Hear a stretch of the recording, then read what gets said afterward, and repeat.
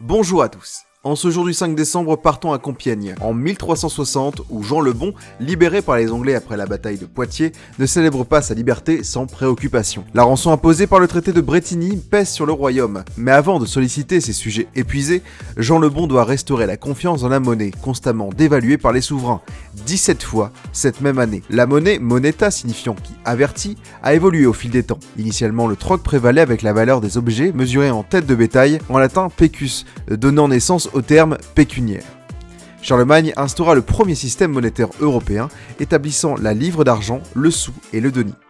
Cependant, avec la guerre de Cent Ans et l'alourdissement des dépenses royales, la dévaluation monétaire devint monnaie courante. Jean le Bon, conscient de la nécessité de rassurer ses sujets, décide de créer une nouvelle pièce en ce 5 décembre, le franc d'or, équivalent à 3,88 grammes d'or. Les premiers exemplaires sont mis en circulation en février 1361, arborant le roi en armure sur sa monture, brandissant courageusement son épée.